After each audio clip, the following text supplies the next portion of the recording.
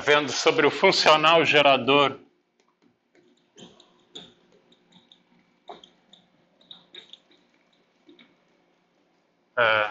dos diagramas de uma partícula irredutível, né, que a gente definiu. São aqueles diagramas que, se você cortar uma linha interna, você não separa ele, né? Então, a gente viu que ele é definido, né, dessa forma. Φ barra é uma transformada de Legendre do funcional gerador das funções de Green conectadas, né, menos a integral de d4x j de x φ barra de x, né? Então, a gente também, satisfazendo, né, a derivada funcional dw de j em relação a j de x, é o φ barra de x, e a derivada funcional do gama de φ barra em relação a φ barra é igual a menos o j de x, né? De x. Então, na ausência de fonte, né, o φ barra é exatamente uma solução do gama para a gente, né? Um ponto estacionário aí, do nosso funcional gerador gama, né? E, além do mais, a gente acabou resolvendo, né, uma expressão para esse sujeito daqui, para a teoria lambda φ4, né, usando qual a expressão para o funcional gerador? Z de J,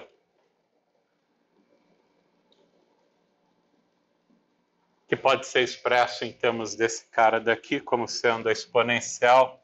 A gente introduziu o H cortado por conveniência para mostrar exatamente que esse sujeito aqui é uma ação, né, tem o sentido de uma ação, mas envolve todas as correções quânticas para ação clássica, né? Então, por isso que a gente voltou com o H cortado na história aqui, só para mostrar essa relação que acaba sendo importante para a gente, né? Então, isso aqui é a integral funcional em φ, né, de elevado aí sobre H cortado da ação.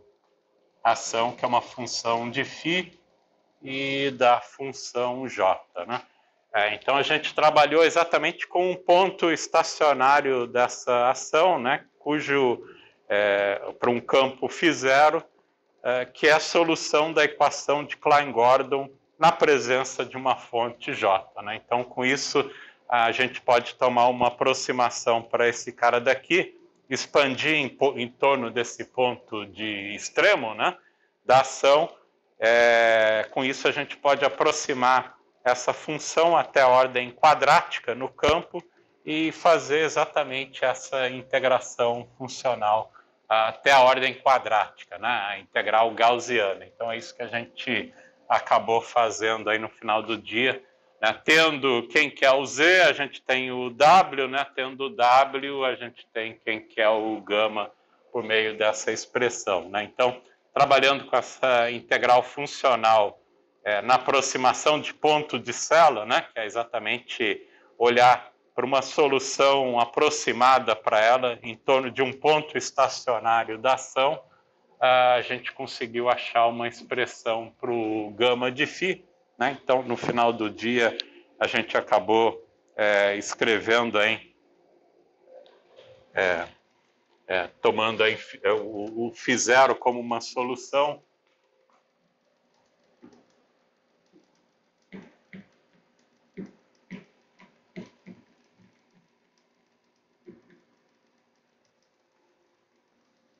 Da equação de Klein-Gordon,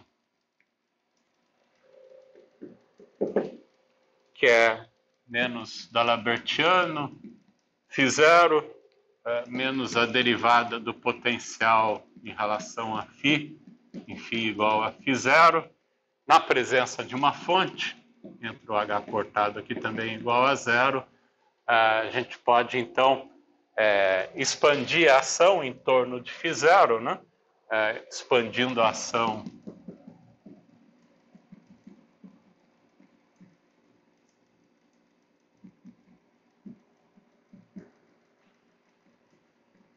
desse ponto estacionário, a gente escreveu então que a ação que entra aqui, né, expandindo em série de Taylor, ela acaba ficando então a ação calculada em φ0, J, mais a expansão em série de Taylor. A derivada primeira acaba sendo zero. A gente está supondo que φ0 é exatamente uma solução aí,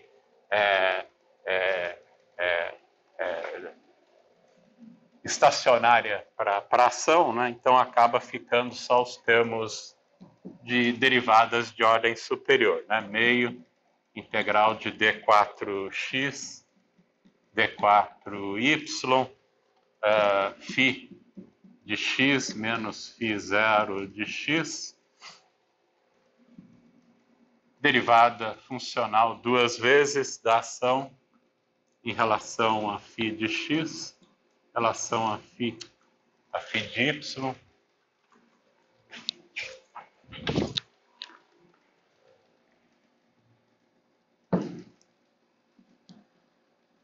calculada em φ igual a φ0, né?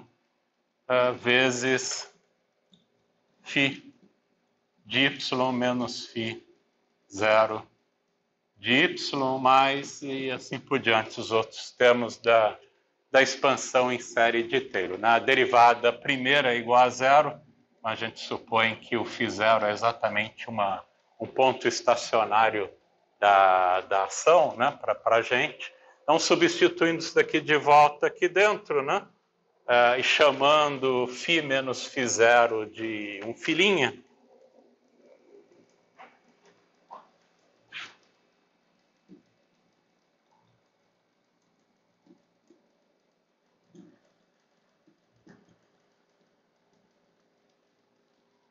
a gente acaba ficando aí com... E a gente também pode fazer como tem esse 1 sobre H cortado que aparece aqui na história, né? Vai aparecer o I sobre H cortado, o I sobre H cortado.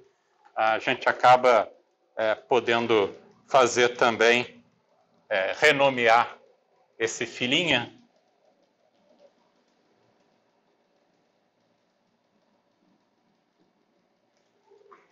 como sendo H cortado a meio, só para eliminar o H cortado que vai aparecer na frente de todo mundo aqui, filinha. Então a gente fica com a integral funcional I sobre H cortado do W de J, acaba sendo, esse cara daqui pula fora, né? Pula para fora da integração funcional para a gente.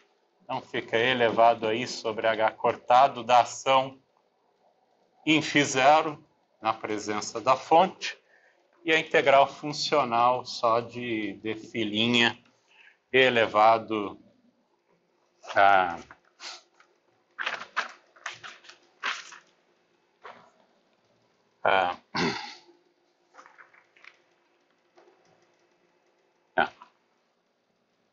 posso fazer isso daqui depois. Manter aqui por enquanto. Fica menos I sobre H cortado, meio, que é esse meio que a gente tem aqui, integral. E esse cara daqui a gente também acabou escrevendo como sendo da derivada segunda, né, da ação em φ0, você pode escrever como operador da Lambertiano, mais V, duas linhas, calculado em φ0, vezes delta 4 de x menos y no final do dia, né? Então, é simplesmente esse operador diferencial quando você toma a derivada segunda e calcula em φ0, né, da ação, acaba dando simplesmente esse operador diferencial para a gente. Então, esse é o objeto que acaba entrando aqui como sendo filinha, né? Filinha para a gente, sinal menos é esse sinal menos que sai da derivada segunda funcional em relação a φ de x, φ de y, da ação, e fica φ de x, o operador d'Albertiano, mais derivada segunda do potencial em φ0, vezes o φ', né, de y. Então, a gente acaba ficando, e desprezando os termos de ordem superior, né, na expansão de série de Taylor. Né? Então, por isso que a gente acaba sendo capaz de achar uma expressão, então, para esse objeto. Né? Isso aqui é simplesmente uma integral gaussiana para a gente. Para fazer esse objeto convergir, né, ser uma integral gaussiana convergente, a gente pode ir para o espaço euclidiano. Né? Então, se a gente vai para o espaço euclidiano, e a gente pode tirar também esse H cortado aqui, renomeando o filinha para H cortado a meio filinha, né? Então, aparece um H cortado a meio, que cancela com esse H cortado, só renomeando aí a variável de integração. Né? Isso não vai modificar o resultado para a gente. Né? Então, fazendo aí esse renomeamento, filinha, H cortado a meio de φ, e indo para o espaço euclidiano,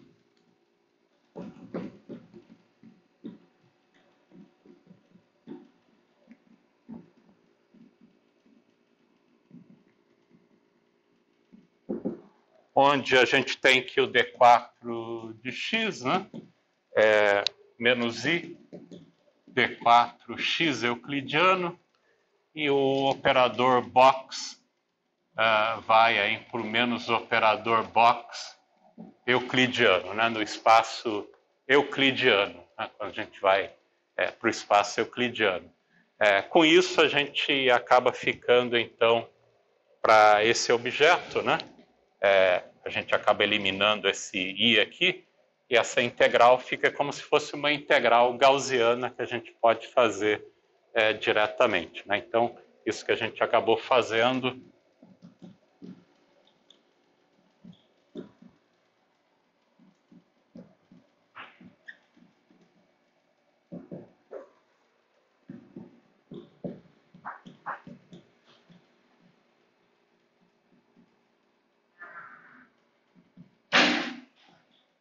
fez a integral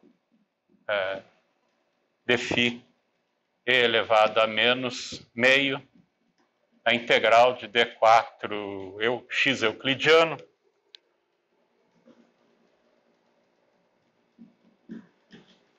x euclidiano, φ, operador box euclidiano, mais a derivada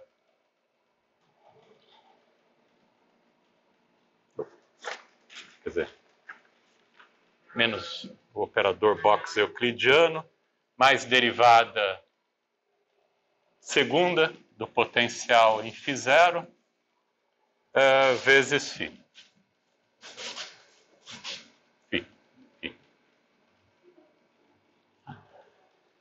Que a gente pode fazer imediatamente, né? Essa integral aqui, como a gente viu, acaba sendo igual ao determinante.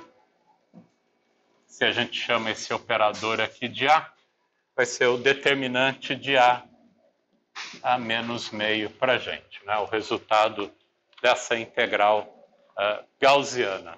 Tá? Com isso, né, se a gente agora é só tirar o log de todo mundo aqui, né? Tira o log de ambos os lados dessa equação, a gente fica então com W de J, multiplica todo mundo por H cortado sobre I, fica W de J, então acaba sendo, que é o menos I, H cortado do ln do Z de J para a gente acaba ficando então com S de φ0 e J, em termos da fonte J, do log do I mais I sobre H cortado, ou o contrário, H cortado mais I, H cortado sobre 2, do ln do determinante desse operador diferencial, né? O operador A, que é menos o gradiente euclidiano. A gente foi para o espaço euclidiano para poder fazer essa integral funcional. Tá? Então, a gente vê imediatamente que se a gente substitui de volta aqui dentro, né? O termo da ação, você tem uma integral em D4x de J vezes φ0 de x, que cancela exatamente com esse termo daqui. Então, o nosso gama de φ acaba ficando com o resultado que a gente obteve na aula passada, que gama de φ0 é a própria ação clássica, calculada em φ0, sem a fonte, né? Com um termo de correção quântica, que é esse objeto que a gente tem aqui, né? H cortado sobre 2, ln do determinante do operador box euclidiano mais derivada segunda do potencial em φ0. Então, essa expressão que a gente pode associar, então, exatamente o funcional gerador, né, das funções de Green de uma partícula conectada como uma espécie de ação efetiva, né, que você tem a ação clássica mais correções quânticas em cima da ação clássica, né? Hoje a gente vai ficar um pouco focado nesse objeto aqui, de calcular ele explicitamente. A gente pode escrever ainda aquela identidade, lembrando de matrizes, que o ln do determinante de uma matriz qualquer, você pode escrever como o traço do ln da matriz, né? Lembra que o determinante de uma matriz é o produto dos autovalores, né? O produto dos autovalores, quando você tira o log, né, vai ficar a soma do log dos autovalores, né, que é exatamente o traço do log da matriz, né, que você expressa em termos dos autovalores. Daí você prova imediatamente aí essa relação, né, usando a propriedade em que o determinante de uma matriz é o produto dos autovalores, né, e o log do determinante, então, é a soma dos log dos autovalores, que é nada mais que o traço do log da matriz. Tá? Então, isso daqui é o nosso operador diferencial. Você acaba ficando, então, que gama de φ0 é igual a S de φ0 mais I sobre 2, H cortado, do traço do ln desse operador diferencial. Derivada segunda. Tá? Aqui também a gente pode convenientemente usar aquela relação, né, de o que é um traço de um operador qualquer, né? Então, lembra lá da mecânica quântica, que o traço de um operador qualquer, se você vai para uma base, né, apropriada aí de algum operador emitiano que forma um conjunto completo de autoestados, o traço para a gente é a soma sobre todos esses autofunções, né, de lambda, O, o operador O, lambda é a operação de traço usual da mecânica quântica, como a gente conhece, né? Ou se você vai para uma base de operadores no contínuo, né, a gente podia escolher, por exemplo, uma base referente a autoestados do operador posição, né? Então, isso aqui é a mesma coisa que a gente pode escrever também como um D4x, né? Ou fazer um sanduíche desse cara daqui, por exemplo, né? O x aqui é o quadro, não é tão formalmente correto fazer isso, mas a gente pode fazer alguma coisa do gênero, né? Ou podia ser em termos do momento linear também, né? Escolher uma base completa em termos do quadrimomento, né? P, 2π a quarta, pp. Podia fazer uma escolha desse tipo. Ou também você pode usar uma relação completa de autoestados do operador posição aqui, né? E escrever isso daqui como sendo D4P, 2π à quarta, P, posso incluir aqui uma integral de D4x, P, fecho aqui com x, né? Adicionei uma relação de completeza aqui, diretamente em termos do operador posição, insere o operador, né? P, x para a gente, né? Continua a mesma coisa. Você podia meter mais uma outra relação de completeza aqui também, né?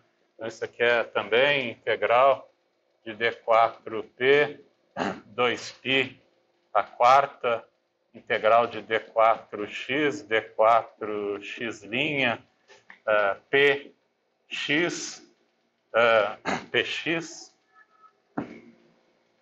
x, o operador O, x' e x', né? E fecho com o momento P, né? Isso daqui é uma onda plana, né? Lembra lá da mecânica quântica, isso aqui define simplesmente uma onda plana para a gente. Ele é menos I, x vezes P, ou Px, tanto faz. E esse daqui é o complexo conjugado elevado... Agora eu nunca lembro se é mais ou menos, né? Eu acho que um é mais, o outro é menos.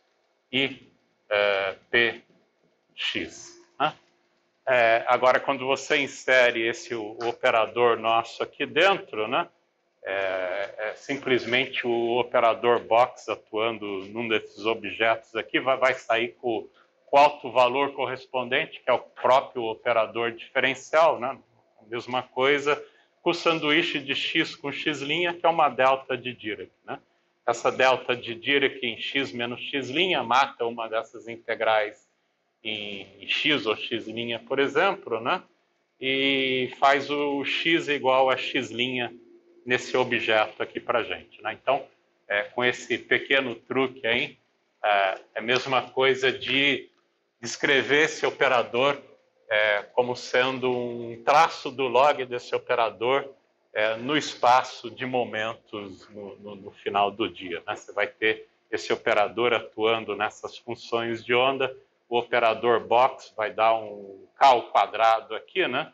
Abaixo, quer dizer, vai dar um p quadrado, desculpa aí, vai dar um p quadrado, né, quando ele atua na função de onda, e uma delta de Dirac que sai dessa história aqui mata uma dessas integrais em x ou x', e a gente fica só com a integral de momento desse cara aqui no espaço de momentos, né? No espaço de momentos. Então, se você faz esse pequeno truque aí,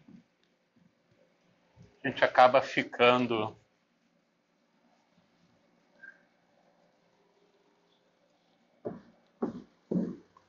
que o gama de φ0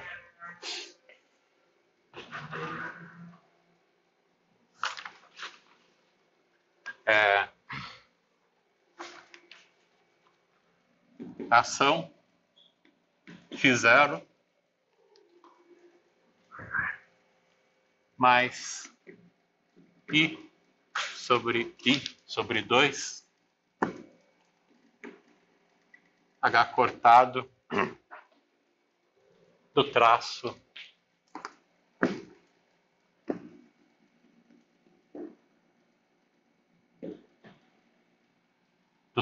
do ln, que vai ficar para a gente uma integral d4p, 2π à quarta,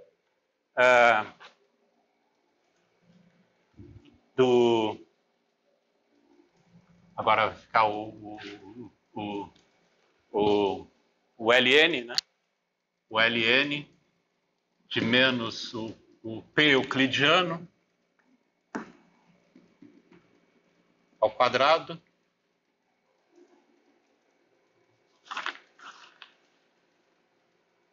mais P euclidiano ao quadrado, mais derivada segunda do potencial, e φ0, e tem uma integral ainda que sobra, né? Um d4x que acaba sobrando aí, que é um volume um volume aí, né? Do espaço-tempo, sei lá, vamos chamar o V4, né? Um volume aí infinito, quadridimensional aí para gente, né? Então, isso é o que acaba... na verdade, a gente tinha que deixar essa integral aqui, que esse φ0 aqui não necessariamente é uma constante, né? Melhor deixar ele quieto aqui. Você tem uma integral de d4x do ln de P euclidiano ao quadrado mais V duas linhas de φ0, que pode ser uma função de x, né?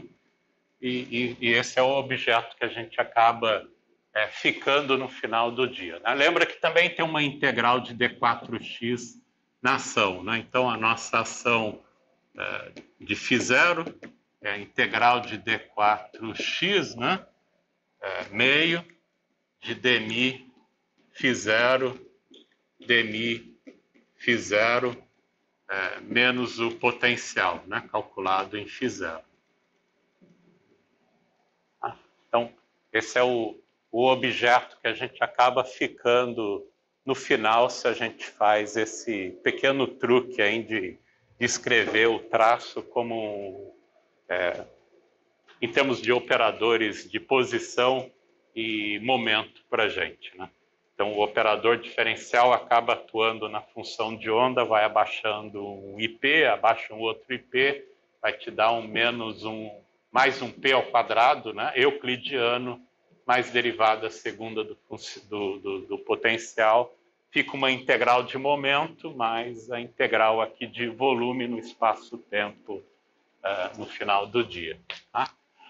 Daqui a gente pode brincar um pouco ainda mais com essa expressão.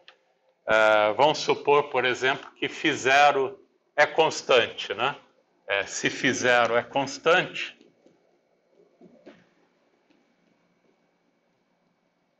não depende das coordenadas em espaço-tempo, então a gente acaba ficando que a nossa ação, né? A nossa ação efetiva aqui no final do dia acaba ficando gama, vou chamar φ0 igual a um φc constante. Então, φ0 igual a φc, é ação, esse cara daqui vai para zero, vai ficar a integral de d4x, como é constante, eu posso tirar para fora do sinal de integração, né? Vai ficar menos V0, V de φ constante, integral de d4x, e agora sim, né? Esse termo aqui vai ficar como mais I sobre H cortado sobre 2 integral de d4p, 2π a quarta, ln p euclidiano ao quadrado, mais derivada segunda do potencial, calculado nesse φ constante para a gente. E agora esse cara aqui é um elemento de quadrivolume que pula aqui para fora, né? d4x também, que é o nosso elemento de volume aí, no espaço quadridimensional. Então isso daqui a gente pode associar agora como uma correção para o potencial clássico, né?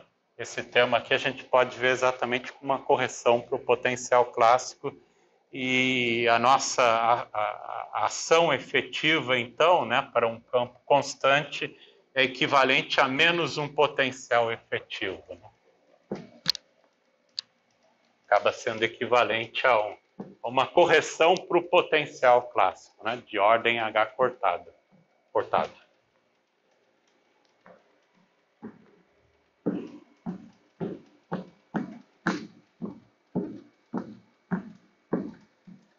Além do mais, a gente pode ir todo para o espaço euclidiano, né?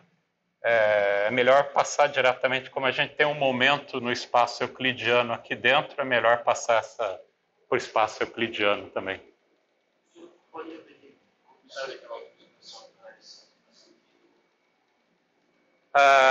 Eu fiz o sanduíche desse cara daqui, né? Esse traço aqui para a gente é equivalente a meter esse operador aqui dentro, né? Meter o ln do operador box mais v duas linhas de φ0 aqui dentro, né? Esse operador box vai atuar no E elevado a IP, vai abaixar um IP, vai abaixar um outro IP euclidiano, vai dar exatamente aquele P euclidiano ao quadrado, né? Esse x com x' que acaba sobrando aqui, né? X com x' é uma delta de Dirac, né? Essa delta de Dirac marca, por exemplo, uma dessas.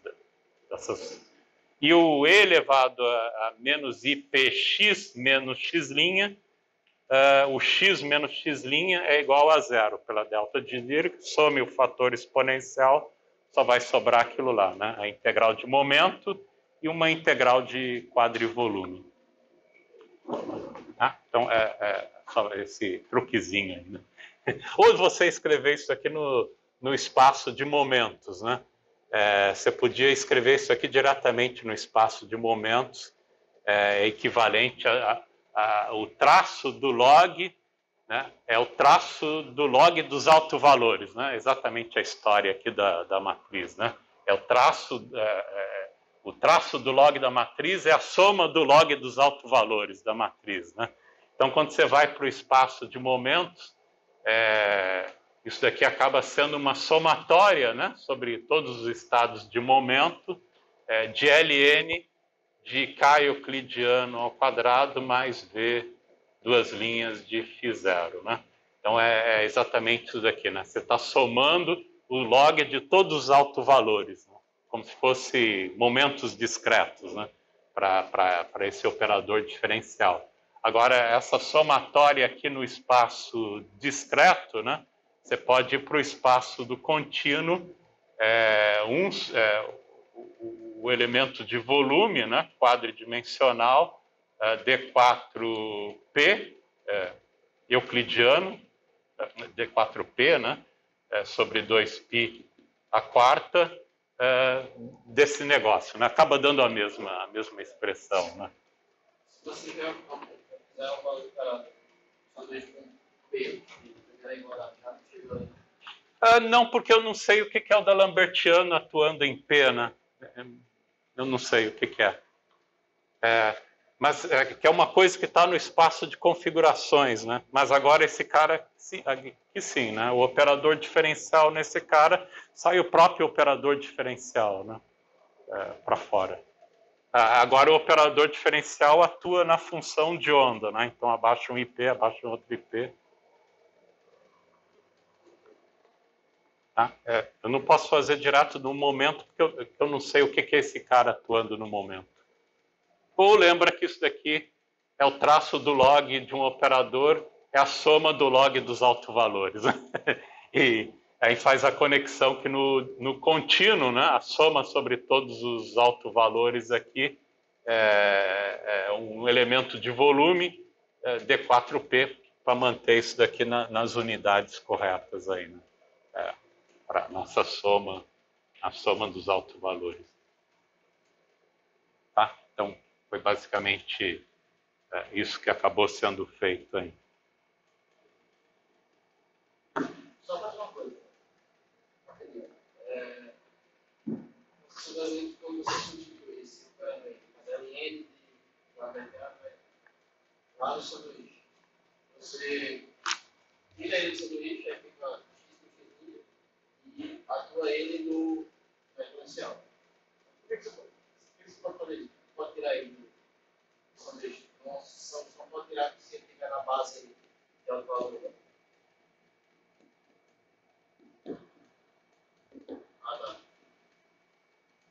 Porque ele está na base do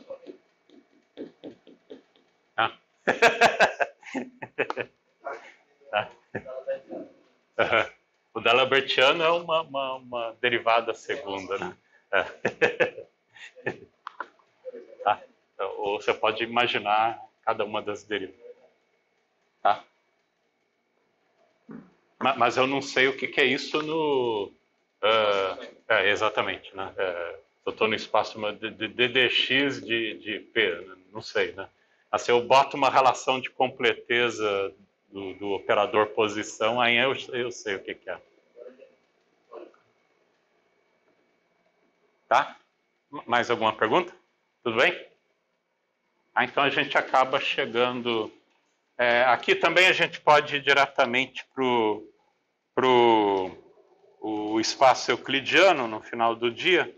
Então isso daqui define um elemento de volume para a gente, né? Vamos chamar de ômega, o elemento de volume ômega para a gente. E a gente pode escrever no final do dia aqui que, indo para o espaço euclidiano, né? Lembra aqui que I D4P, né? I D4P o D4P euclidiano para a gente, né? D4P euclidiano. Então, com isso, a gente pode escrever ao contrário, né? Menos I D4P é isso aí. Então, a gente acaba podendo escrever essa correção, né, como sendo uma espécie para um campo constante, como se fosse um menos V efetivo para essa configuração de campo constante, vezes o elemento de volume, né, vezes um elemento de volume, que é esse objeto aqui para a gente.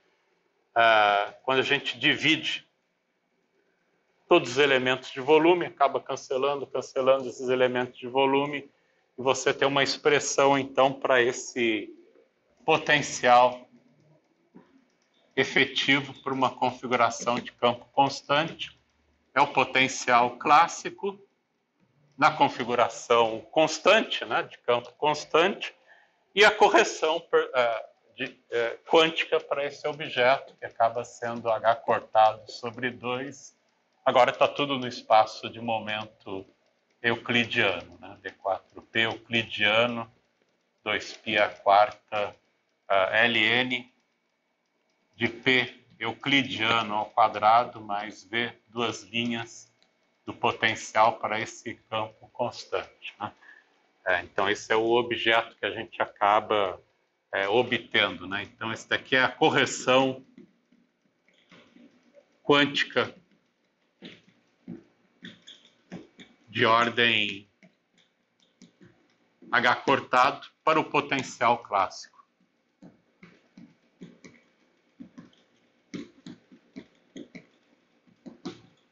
E esse cara daqui é como se fosse um potencial efetivo para a gente. Tá? Então, esse é o resultado que a gente acaba obtendo aí para esse objeto. Tá? Que dá também a interpretação do que é essa correção para a gente, né? Ou é uma correção para a ação propriamente dita, né? Quando o φ é uma configuração de campo constante. Quando é uma configuração de campo constante, isso se reduz a uma contribuição para o potencial clássico, né? de ordem H cortado. Tá? Ordem H cortado por causa da aproximação que a gente fez aqui, né? Para poder fazer aquela integral funcional, a gente aproximou, né, a ação até ordem quadrática no campo, né? Se você fosse para ordens superiores, né, da expansão em série de Taylor, aí ia dar as correções de ordem H cortado ao quadrado e assim por diante para o potencial clássico, né? Como a gente só consegue fazer essencialmente integrações funcionais quadráticas, né? Então, esse é o resultado que a gente acaba obtendo, né? Você tem que estender a integração funcional além da ordem quadrática para tirar as outras correções de ordem H cortado ao quadrado e assim por diante. Tá? Outra observação aqui, que isso daqui não é uma expansão perturbativa que a gente está fazendo, né? É uma expansão em H cortado, né? Acaba sendo equivalente, a gente vai ver, isso daqui acaba sendo equivalente a uma expansão em H cortado no final do dia. Tá? Voltando então para a nossa ação efetiva, né? Voltando para a nossa expressão da ação, ou funcional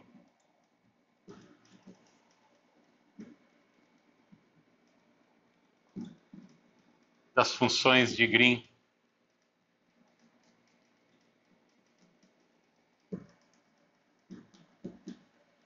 de uma partícula irredutível, a gente pode também escrever, da mesma forma que a gente escreveu o W de J, né, como uma expansão de derivadas funcionais, né, em relação à fonte J.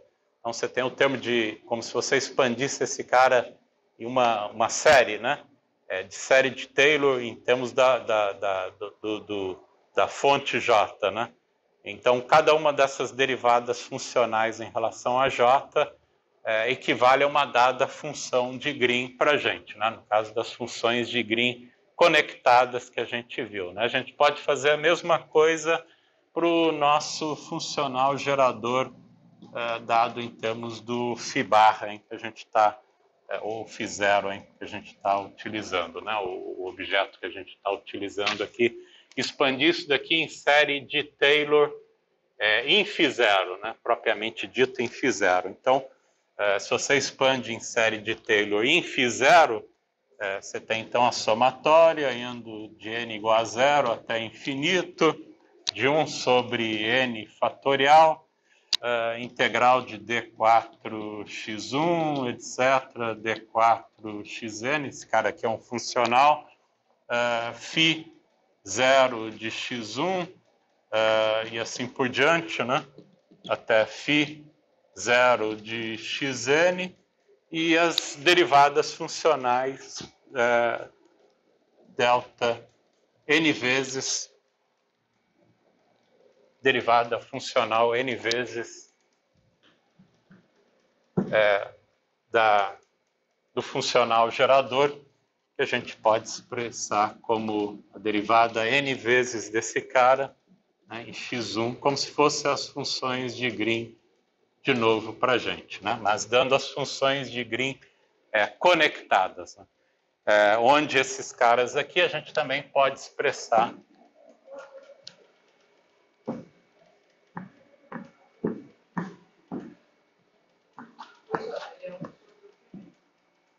um sobre n.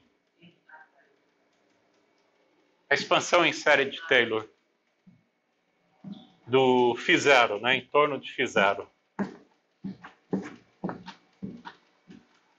onde gama n de x1, etc., xn, né, são as derivadas funcionais n vezes do gama de φ zero em relação a φ zero x1, etc., φ zero xn.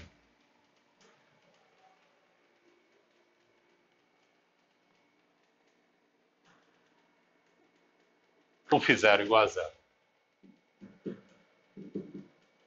A expansão em série de Taylor do gama φ zero, e esses são os coeficientes, né?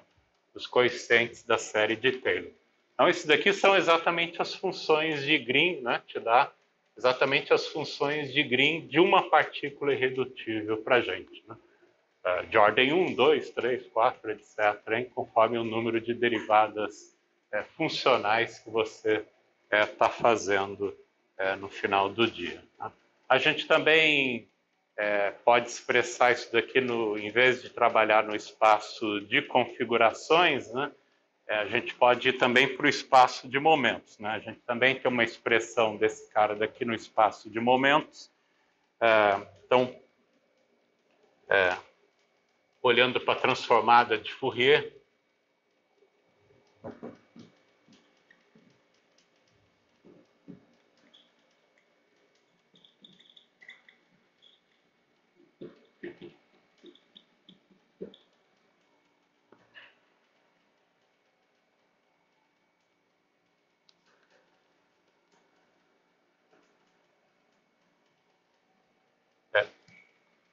Das funções de Green.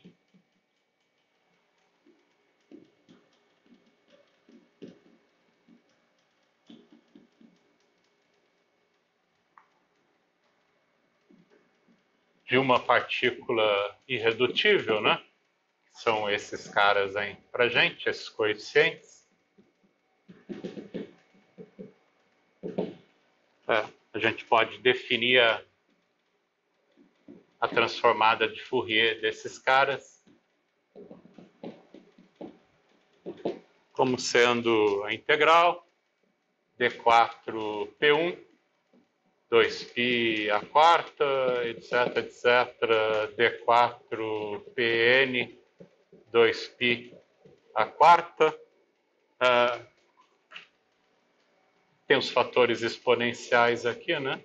E elevado a menos i p1x1, etc, e elevado a menos i pn xn.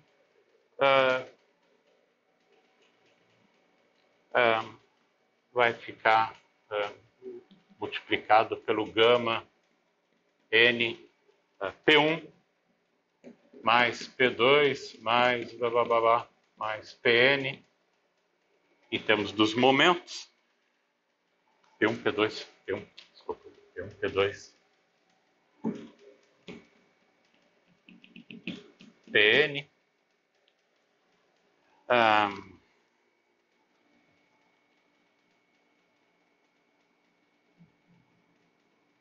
Uma coisa que a gente tem que reforçar aqui também, né? É que esses momentos aqui, essas funções de Green, tem que ter conservação de momento linear para elas, né? Os momentos são todos conservados, né? Conservação de quadrimomento. Então, para reforçar que a gente tem conservação de momento e energia, né? Esses daqui são os quadrimomentos, a gente acaba botando aqui também, para garantir essa conservação de quadrimomento, uma delta de Dirac nesses momentos, né? P1 mais P2 mais Pn, de tal forma que esses momentos são todos conservados para a gente, né? Então, isso aqui acaba vindo de conservação de momento linear para essas funções de Green, né? Lembra que as funções referem-se a processo de espalhamento e você deve ter conservação de momento linear, momento e energia, né? Conservação de energia e momento, né? Que é reforçado exatamente por essa delta de Dirac. Além do mais, também a gente pode tomar a transformada de Fourier desses caras aqui dentro, né? Então, se a gente toma a transformada de Fourier desses caras aqui dentro, você pode definir um φ0 de P, que é a integral de d4x de elevado a ipx do φ de x. Então, se a gente substitui esse objeto aqui dentro, né? Substitui esse objeto aqui dentro, você vai ter a integral de d4p1, 2π a quarta, e elevado a menos i p1x1, né? De φ de x1, né? Integral de d4p2, 2π a quarta, e elevado a menos i p2x2, tem um φ de x2, né? E assim por diante. A gente pode escrever todos esses caras aí.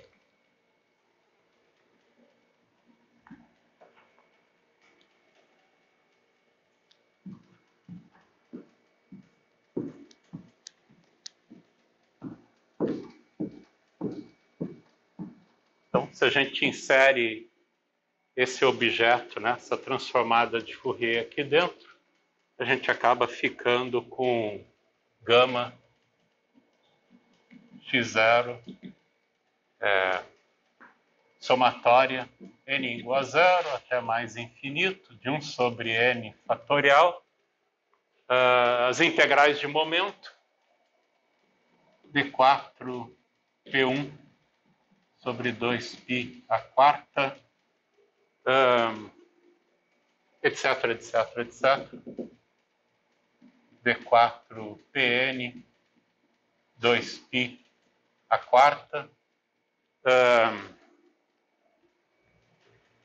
vezes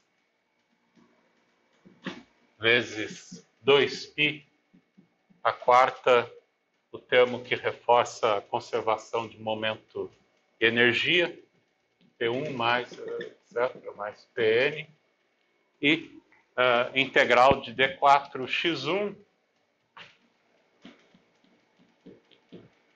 você tem da exponencial, né? E elevado a menos i P1 x1 de φ0 de x1,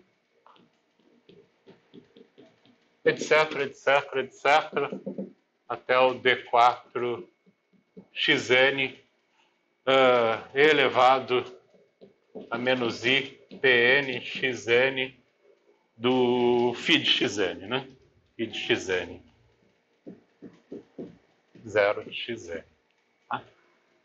Pela nossa definição de transformada de Fourier do φ de x, né? Então, esse daqui é um φ0 de menos P1, e assim por diante, né? Esse aqui é um φ0 de menos Pn, e a gente acaba ficando, então, no espaço de momentos, esse objeto para a gente acaba ficando como somatória, n igual a zero a mais infinito, 1 sobre n fatorial, integral d4p1 sobre 2π a quarta, etc, etc, d4pn 2π, e você tem uma produtória, né? Uma produtória φ0 p1 menos p1, etc. Podia ter colocado aqui todo mundo junto. Essa produtória de i igual a 1 até n para gente, de d4pi sobre 2π a quarta, φ0 de menos pi. Né? São esses caras n vezes que vai aparecer, né? N vezes que vai aparecer. Multiplicado, né? Ainda está multiplicado por 2π a quarta, delta 4 de P1 mais etc, etc, Pn. E eu esqueci de botar aqui, né? Ainda tem o gama n de P1, etc, etc, Pn. Então, gama n P1, etc, etc, Pn. O que a gente quer fazer é relacionar esse objeto agora com essa função que a gente acabou escrevendo no final do dia, né? Se o φ é constante, né? Se a gente faz o φ constante, então para um φ constante,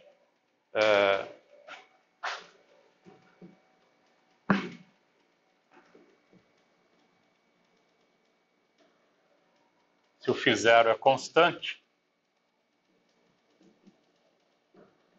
não depende de x, né? A gente pode tirar esse objeto aqui para fora do nosso sinal aqui de integração, né?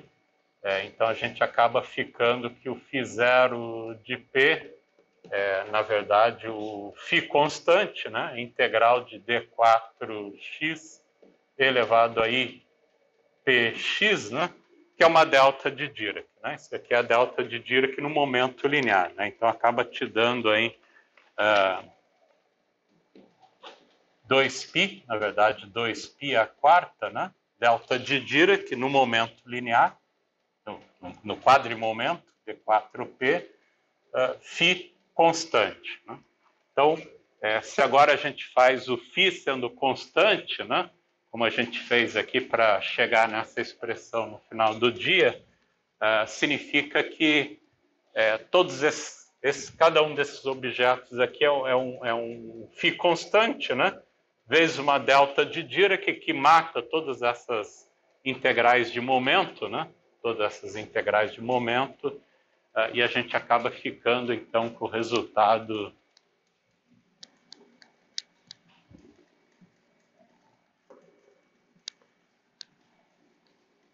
e além do mais, né, a delta de Dirac faz o momento ser exatamente igual a zero, né?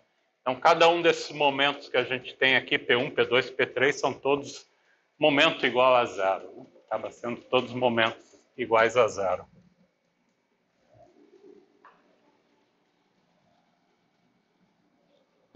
Então, se φ0 é um φc constante, a gente acaba ficando, então, com a seguinte estrutura, né? O gama de φ constante, para a gente, vai ser somatória, n igual a zero a mais infinito, 1 sobre n fatorial, vai sair n fatores, né? φc constante, n vezes, né? De todos esses n fatores aqui, cada uma daquelas delta de Dirac mata a integral de momento linear no final do dia, né?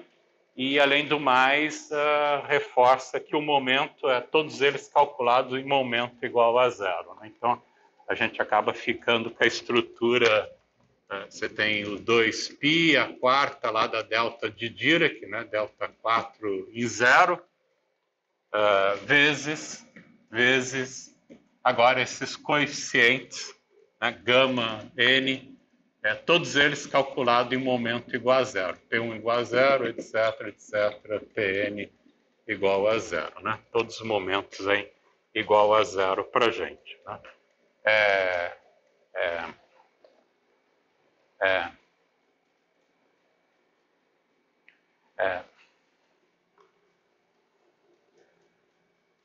Mas esse objeto aqui também, né?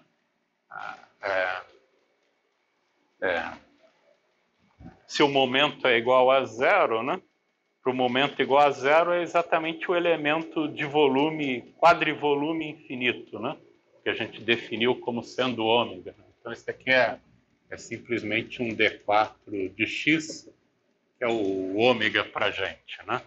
Então, a gente acaba escrevendo que gama de φ de C é esse fator de volume, quadrivolume infinito, somatória n igual a zero até mais infinito de 1 sobre n fatorial, φc n vezes, né?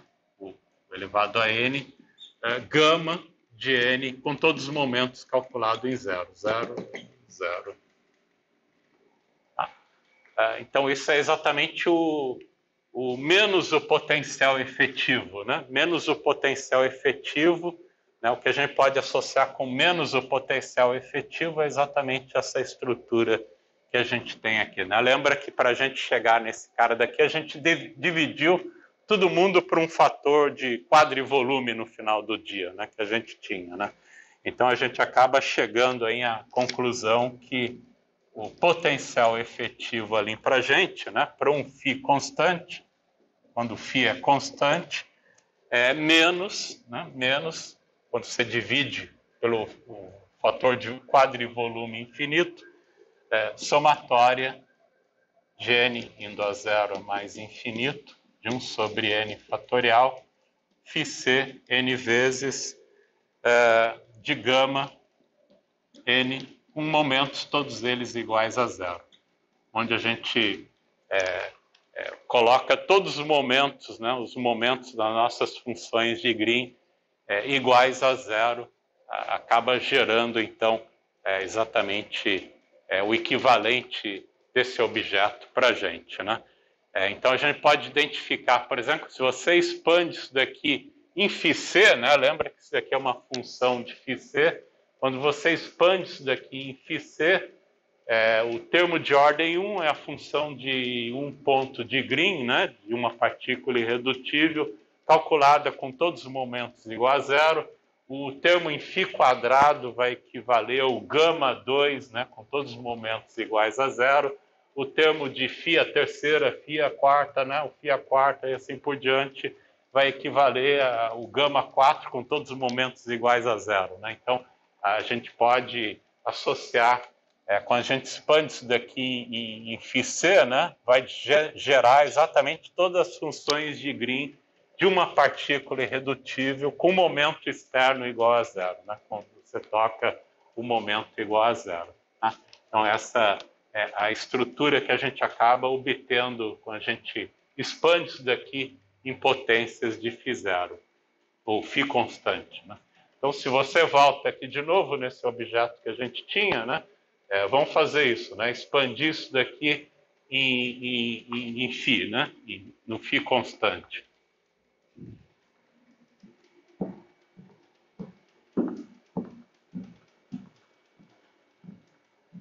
Em essa expansão, a gente pode associar exatamente com as funções de Green de uma partícula irredutível com momentos externos iguais a zero. Então, voltando para esse objeto que a gente tinha aqui, vamos colocar um potencial explícito aqui para o campo escalar.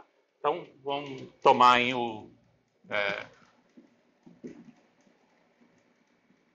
de novo a teoria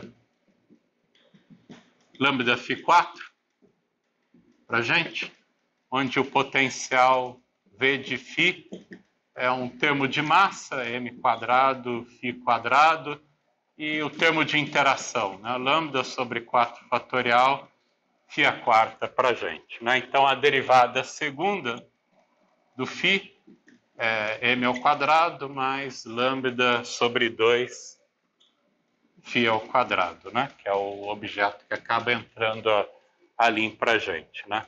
Então, o potencial efetivo para essa teoria, né? Lambda φ4, a gente acaba obtendo que o potencial efetivo, então, para uma configuração de campo constante, o potencial clássico, né? Que é o próprio potencial, m2 πc ao quadrado mais lambda sobre 4 fatorial πc a quarta, mais as correções quânticas, que é mais h cortado sobre 2, a integral de D4 P euclidiano, a gente está no espaço euclidiano, ln P euclidiano ao quadrado mais m2 mais lambda sobre 2 πc ao quadrado.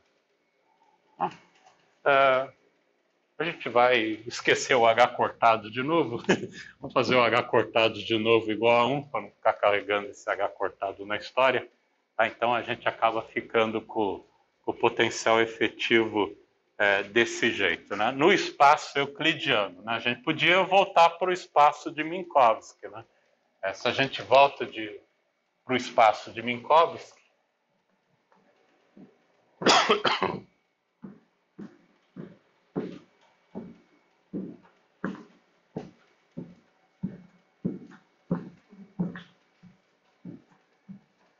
então, no espaço euclidiano, né, a gente está no espaço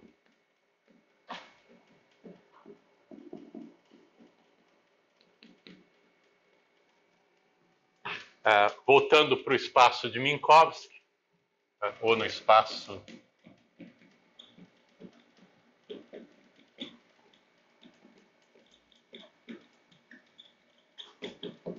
a mesma coisa. Agora a gente tem potencial efetivo de φc, φ constante, é o potencial clássico, meio m2 φc ao quadrado mais lambda sobre 4 fatorial φc a quarta.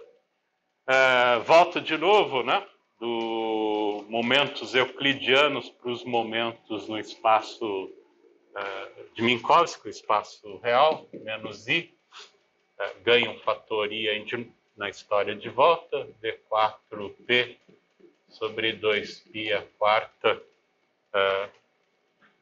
log. O P euclidiano é o menos P de Minkowski ao quadrado, menos P ao quadrado, mais M2,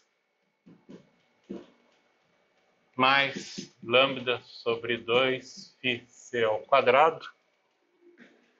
E agora você tem que lembrar também que quando a gente vai para o espaço de Minkowski, lembra que a gente sempre colocava aquele fator de convergência, né, das integrais funcionais. Né? Então, entra aquele fator de convergência, não pode esquecer que ganha um menos I epsilon do fator de convergência de novo. Né? Ou a gente podia ter feito também aquela integral funcional do Z de J, né? Em vez de trabalhar no espaço euclidiano, ter incluído de uma vez esse cara daqui e ter permanecido tudo no espaço de Minkowski desde o começo, né? Desde que a gente colocasse de volta o termo de convergência, né, da integral funcional. Então, continua entrando. Esse termo aqui é importante porque dá aquelas propriedades do propagador, né, a causalidade do propagador, como a gente viu. Então, se você vai para o espaço de Minkowski, tem que lembrar de voltar com esse carinha aqui de novo. Né?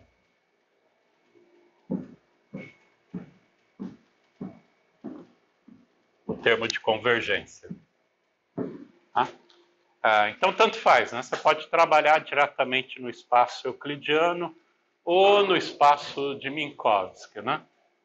Se a gente está em qualquer uma das situações, se você expande agora, né, em potências, né, em potências do Fischer, né, exatamente como a gente fez aqui, com uma série de Taylor em Fischer, que equivale a uma série perturbativa agora, né? Expandir perturbativamente em lambda, né? Expandir em Fischer é a mesma coisa que expandir perturbativamente em lambda, né? Então você pode escrever esse objeto aqui ainda como sendo meio de M2 Fischer ao quadrado mais lambda sobre 4 fatorial Fischer à quarta menos I sobre 2 D4P 2π à quarta. Esse log aqui a gente pode escrever ele como sendo log de menos P2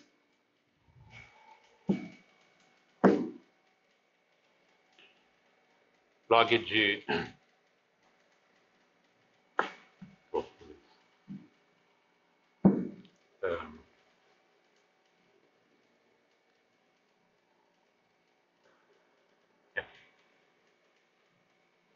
integral de D4P 2π à quarta ln.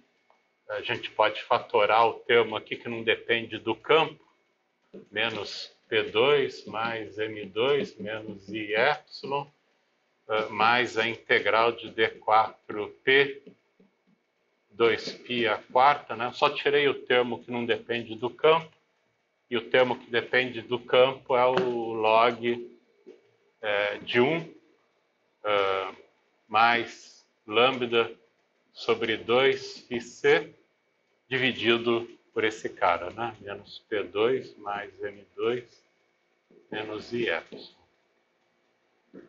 É a mesma coisa no final do dia. Né? E fecha aqui. É a mesma coisa. Que a gente quer fazer uma expansão em Fischer, então eu só eliminei o termo que não depende de Fischer dessa história. Né? Isso daqui é uma constante para a gente, né? É simplesmente uma constante que não depende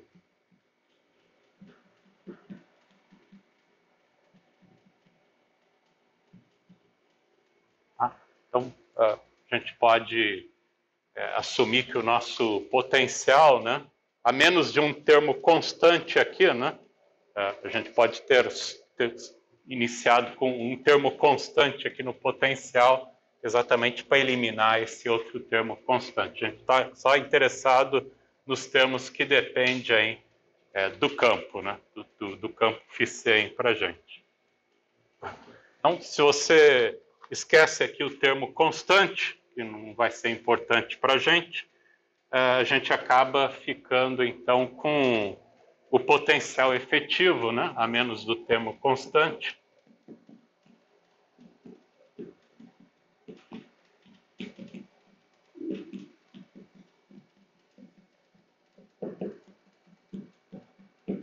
A gente fica, então, com V efetivo, φc é meio de M2 φc ao quadrado mais lambda sobre 4 fatorial, φc a quarta, menos I sobre 2, a integral de D4P, 2π a quarta, ln de 1.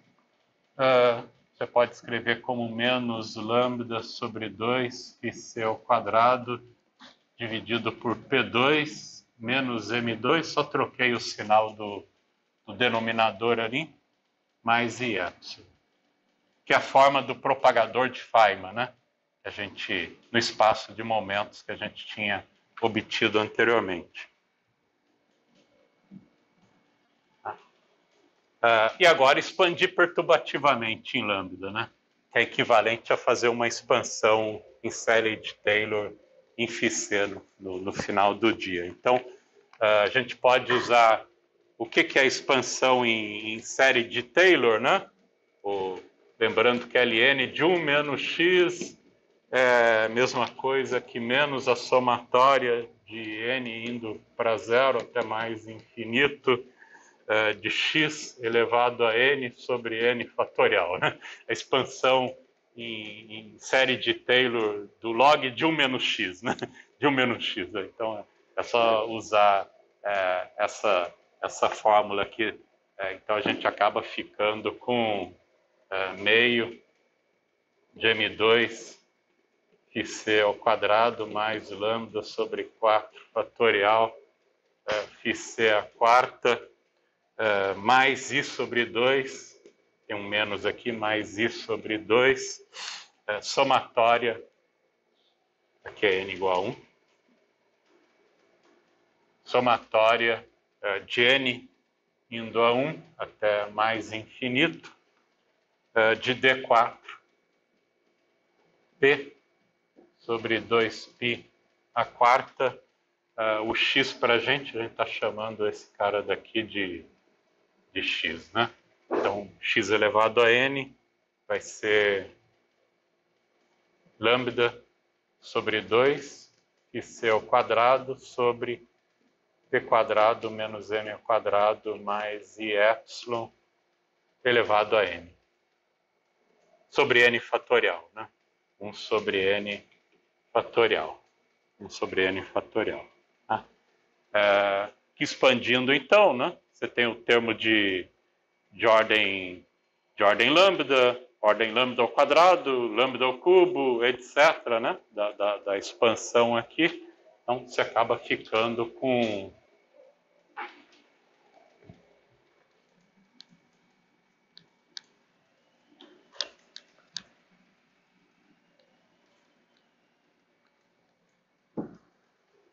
o V efetivo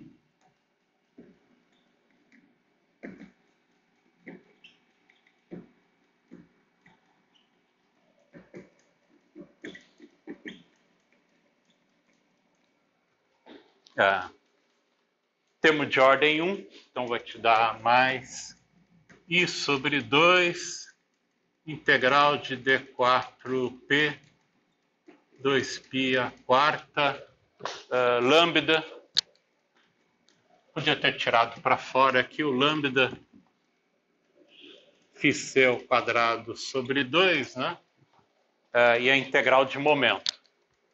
A integral de D4P 2π a quarta, 1 sobre P2 menos M2 mais IY. Né? O cara de ordem 1.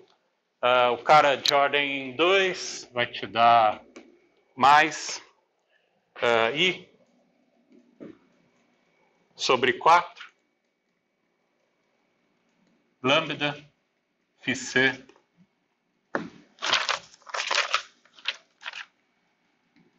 ao quadrado sobre 2 ao quadrado integral d4p sobre 2π à quarta, 1 sobre P2 menos M2 mais IY, né, mais etc. Né?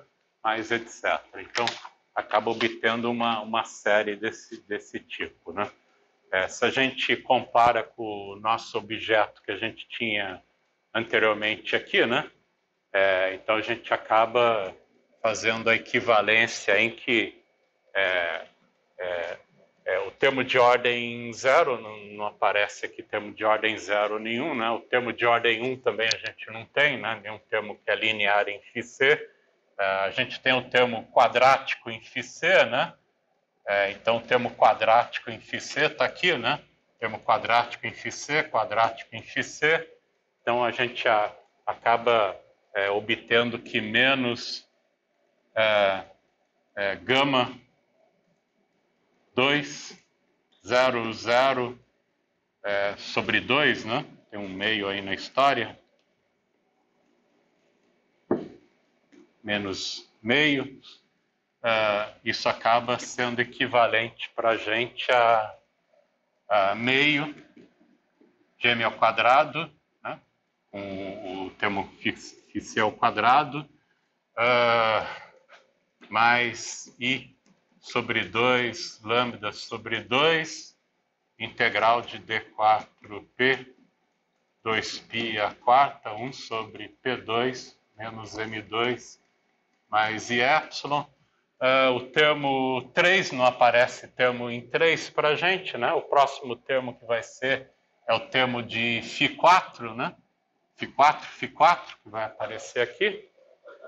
Oi? Ao quadrado.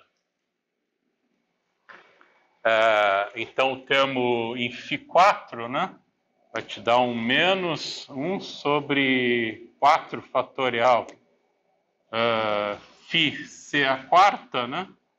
Gama 4, 0, 0, 0, 0, que equivale ao termo lambda sobre 4 fatorial, né? 4 fatorial, por isso que a gente bota um 4 fatorial para eliminar esses 4 fatorial no final do dia. Tem um φ4 aqui, né? Então tem mais um i sobre 4 lambda ao quadrado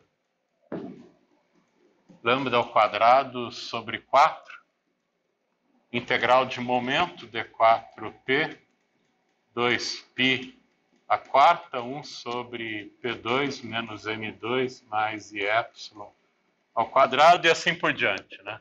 Se eu expandir isso aqui, você pode fazer a conexão com cada um dos termos aqui, né, das funções de Green. Então aqui a gente acaba vendo que o gama 2, né? O gama 2 passei multiplicando todo mundo por menos aí, multipliquei por 2.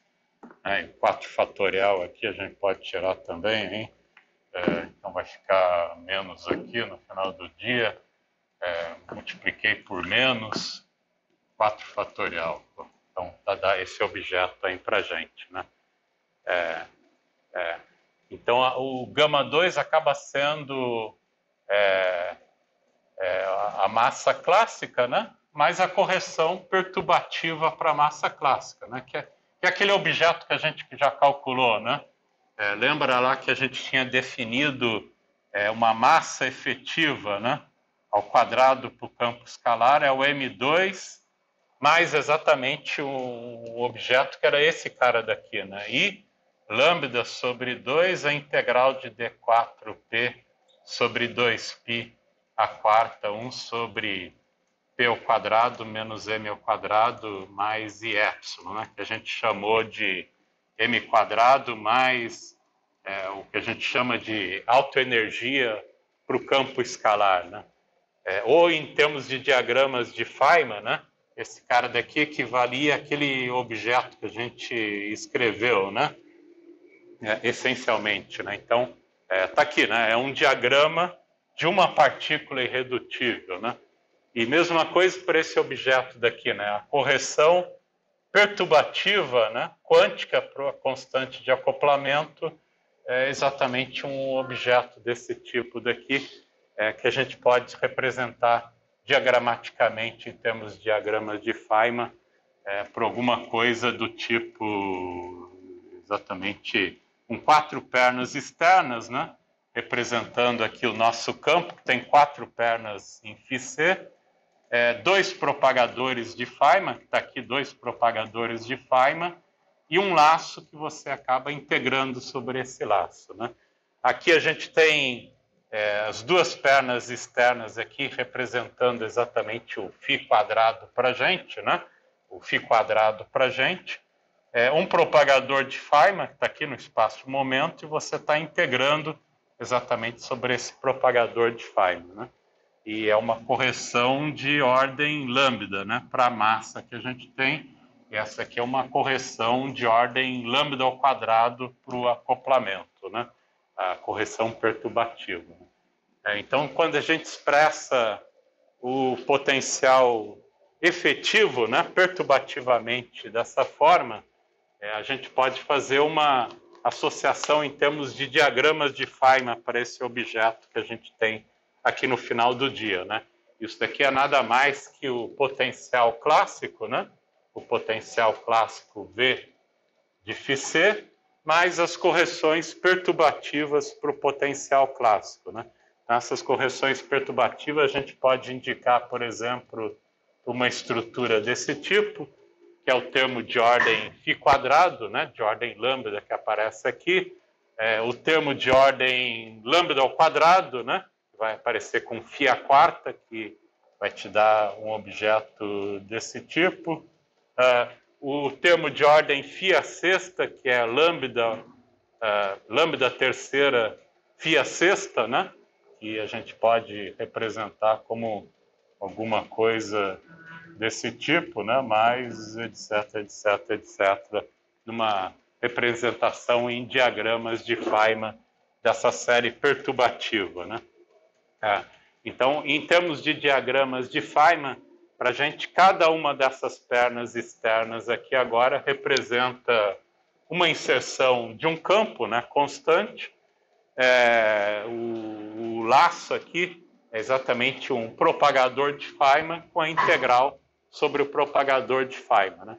Aqui você tem uma integral sobre 2 propagadores de Feynman, né, 2 propagadores de Feynman que vai aparecer, com uma integral de momento, né? Para n igual a 3 vai aparecer 3 propagadores de Feynman, né? 3 propagadores de Feynman, com uma integral de momento, que é sobre esse cara fechado aqui, e φ à sexta, que são essas inserções que a gente tem, né? Lambda φ à quatra, né? Inserir um lambda φ à quatra, lambda φ ao quadrado, lambda φ ao quadrado aqui para a gente. Então a gente pode representar em termos de diagramas de Feynman numa estrutura desse tipo, né? Então, aqui que a gente acaba tirando as chamadas regras de Feynman também, né? Quando a gente constrói diagramas desse tipo, né, a gente pode acabar escrevendo aí que cada propagador de Feynman entra com um determinado fator.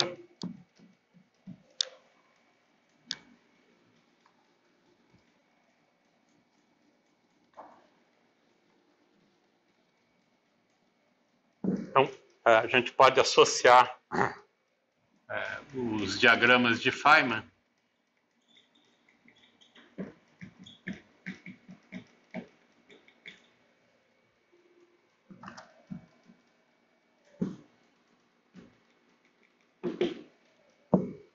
cada propagador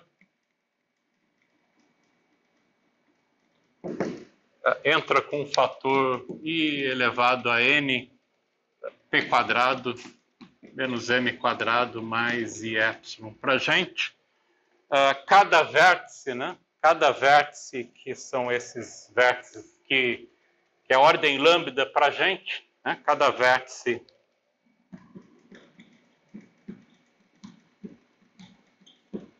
entra com o fator menos I, lambda sobre 4 fatorial, Isso vem lá desde de quando a gente escreveu, né, nosso funcional gerador, né, Z de J. Lembra que é a integral de dφ elevado a i, né, da ação. Né, da ação é a integral de d4x da densidade lagrangiana, né, mais o jφ para a gente, né? E esse cara daqui a gente pode escrever, tem a parte livre, né? E a parte de interação, né? Que envolve o lambda sobre 4 fatorial para a gente, né? Então, esse cara daqui entra com um meio, né? De dmi de φ ao quadrado menos meio de m ao quadrado, φ ao quadrado, que é a parte livre sem interação da lagrangiana, e a parte interagente, né? Menos lambda sobre 4 fatorial, φ a quarta, né? Então, você tem exatamente um fator desse tipo, né? Menos i, lambda sobre 4 fatorial, vezes i, que vem exatamente lá da original que a gente tinha para o funcional gerador. Né? Então, esse menos i sobre 4 fatorial tá vindo exatamente desse cara daqui. Além do mais, você tem cada laço fechado desse, né? Um laço fechado desse equivale a uma integração de momento, né? Então, cada laço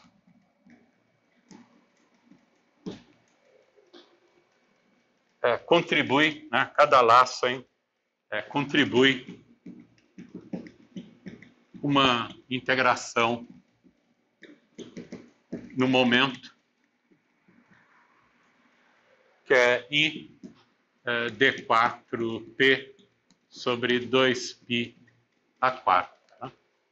E além do mais, tem um fator numérico que aparece aí na história, né? 1 sobre 2 sobre n fatorial, né?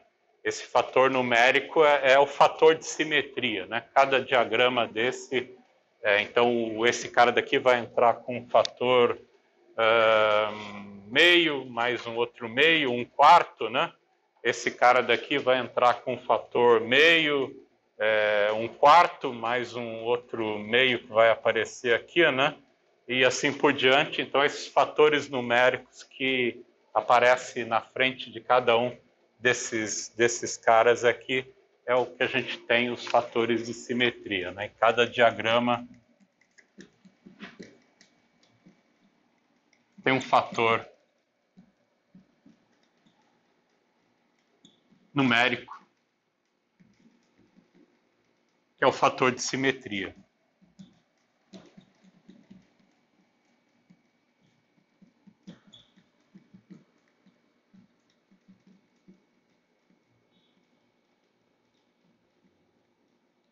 Que são esses números que vem explicitamente, né? Quando você expande perturbativamente, aparece naturalmente esses números aí explicitamente. Né?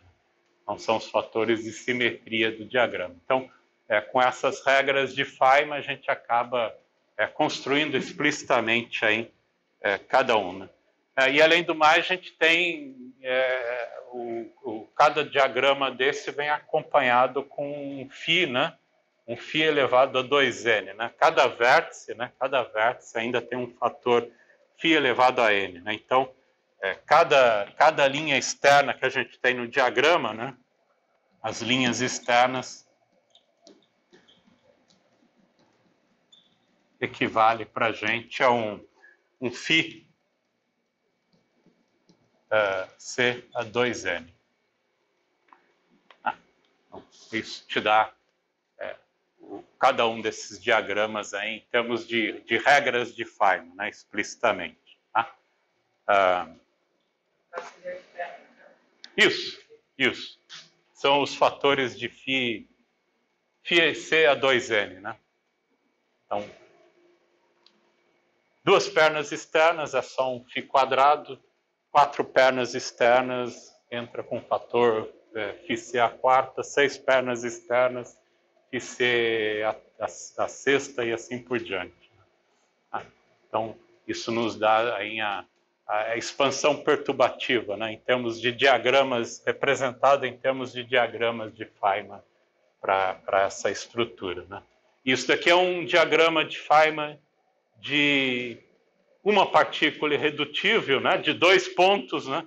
Esse daqui é o diagrama de Feynman de uma partícula irredutível de 4 pontos, né? De 4 pontos. Esse cara daqui vai ser de uma partícula irredutível de 6 pontos e assim por diante. Com todos eles, momento igual a zero, né? Não há momento externo nesses diagramas, né? Só tem um momento interno, né? Da integração aqui de momento sobre o propagador de Feynman. Não entra nem sai momento nessa história, né? No potencial efetivo é como consequência de você estar tratando o φ como constante, né? A gente trata o φ como constante, é isso que acaba aparecendo, né? Se o φ não fosse constante, é aquela outra estrutura que a gente tinha obtido antes, que entrava P1, P2, P3, P4 aqui, aí é como se você tivesse, sei lá, né? Esse diagrama aqui, né? De 4 pontos, né? Então tem um gama de P1, P2, P3, P4, né? Entra P1, entra P2 aqui e sai P3, sai P4, né? Como se fosse um processo de espalhamento aí, né? E além do mais, você tem a conservação do momento, né?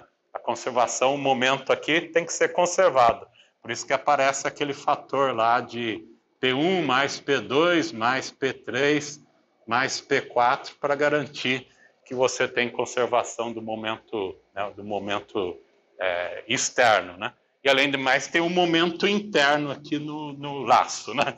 Que você tem que fazer essa integração aí no diagrama aqui de laço, né? Mas para um φ, então, não constante, né, um φ variável, você vai ter estruturas exatamente desse tipo, né? Momento entrando, momento saindo e conservação do momento, do quadrimomento, né? Quando o φ não é constante. Então, é exatamente processos de espalhamento que acaba aparecendo, né? Então, esse daqui é uma correção, né? Você tem um processo de espalhamento, como a gente olhou lá, em ordem zero, né? Em ordem zero em teoria de perturbação, que é simplesmente como se fosse um espalhamento de partículas. Você tem a correção para esse espalhamento, que é esse cara daqui, ó, a correção perturbativa para esse espalhamento. E se você calculasse diagramas de ordem superior, você ia ter outras correções aqui de ordem superior, né? E outra coisa que também, né, lembra que isso daqui é a correção de ordem H cortado, né?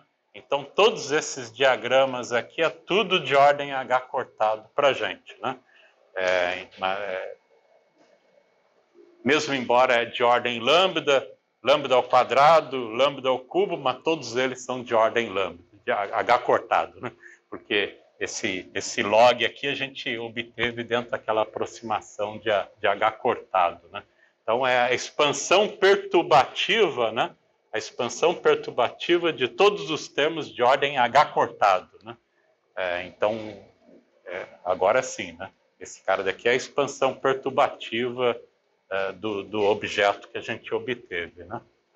Então, a gente também pode fazer uma analogia em que os termos de um laço, né? Você pode provar explicitamente que todos os diagramas de um laço é de ordem H cortado. Diagramas de 2 laços, né? Como esse cara daqui que a gente viu anteriormente lá na expansão perturbativa do funcional gerador, né? Tem 2 laços. Esse cara aqui você pode mostrar que a ordem é H cortado ao quadrado. Ou esse cara daqui também são 2 laços, né? Também a ordem H cortado ao quadrado, H cortado ao quadrado. Então, você pode relacionar o número de laços de um diagrama com a ordem H cortado do diagrama. Bom, isso eu deixo para fazer na aula que vem. Na aula que vem, a gente volta de novo nessa estrutura aqui, né? Essa estrutura aqui vai render aqui um pouco aqui ainda para a gente aí.